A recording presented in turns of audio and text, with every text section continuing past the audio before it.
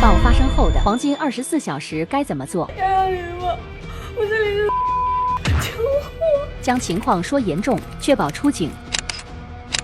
拍照、视频、录音、截图等方式保留所有被打或被威胁的有效证据。我是因为他殴打我的行为报警，我不接受调解。一定要坚持这是殴打他人的行为，这样才会被行政拘留。你还手了吗？没有。如果承认还手，会容易当成互殴处理。他身上也有伤，你们这是互殴。我那是正当防卫。如果对方身上有伤，一定要强调是正当防卫。我要申请伤情鉴定。一定要让警察给你开具验伤单，去特定的医院进行伤情鉴定，保留证据。我要求对施暴者出具训诫书。如果施暴者的行为够不上刑事犯罪或者行政处罚标准，就要求警察向其出具训诫书，为以后起诉离婚争取权益起到重要作用。父母受处分会影响孩子，你确定吗？确定。